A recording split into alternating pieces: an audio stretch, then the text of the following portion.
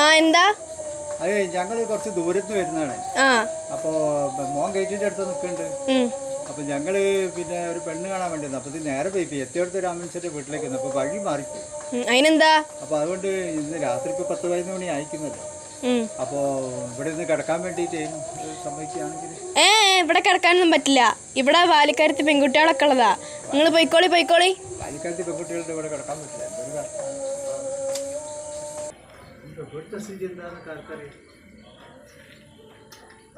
Hello ഇവിടെ ആണല്ലേ?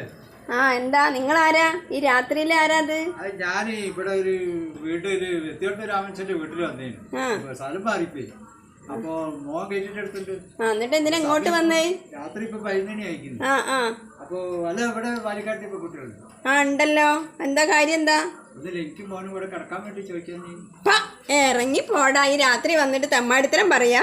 ഞാൻ അങ്ങനെയല്ലേ ചേച്ചി പറഞ്ഞു. വെച്ചാല് ഇപ്പൊ ഇങ്ങനെ കിടക്കാനുള്ള ഒരു ഇതിലാണ്. അപ്പൊ അങ്ങനെ വന്നേ. ഞാൻ പോലീസിനെ വിളിക്കണോ? പോലീസിനെ വിളിച്ചാൽ നമുക്ക് സുഖമായിട്ട് കിടക്കട്ടെ. എല്ലാ സ്ഥലത്ത് പോയാലും പെൺകുട്ടികളെ കിട്ടായിരുന്നു. കേരളത്തിൽ എവിടെ പോകാം?